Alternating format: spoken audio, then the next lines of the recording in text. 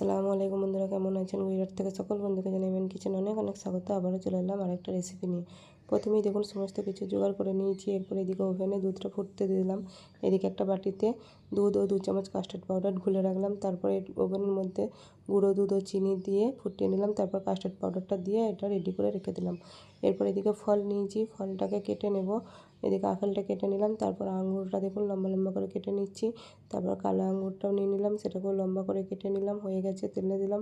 এরপর ডালিম বা বেদানা নিয়েছি, সেটাকে ছাড়িয়ে নিচ্ছি। ছাড়ানো হয়ে গেছে, রেখে দিলাম। এরপর খেজুর নিয়েছি, খেজুরটাকেও কেটে নিলাম। তারপর খোসাটা ছাড়িয়ে কলাটাকেও কেটে নিলাম। এদিকে সমস্ত কিছু জোগাড় হয়ে গেছে। এদিকে একটা বাটিতে ক্রিম নিয়েছি, তাতে ঠান্ডা পানি দিয়ে ঘুলে রেখে দিলাম। এটা একটা গ্লাসের মধ্যে 2 চামচ চিনি দিয়ে শরবত করে নিলাম। এরপর একটা জায়গায় পাত্র নিয়েছি, তার মধ্যে ব্রেডটা দিয়ে জ্যাম দিয়ে দিলাম। তারপর চিনির শরবতটা দিয়ে দিলাম।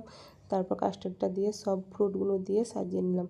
আবারও ওপরে ব্রেডটা দিয়ে দিলাম, দিয়ে তার উপরে আবারও শরবত দিয়ে কাস্টার্ডটা দিয়ে দিলাম। তার উপর আবারও সমস্ত ফ্রুটগুলো দিয়ে সাজিয়ে নিচ্ছি।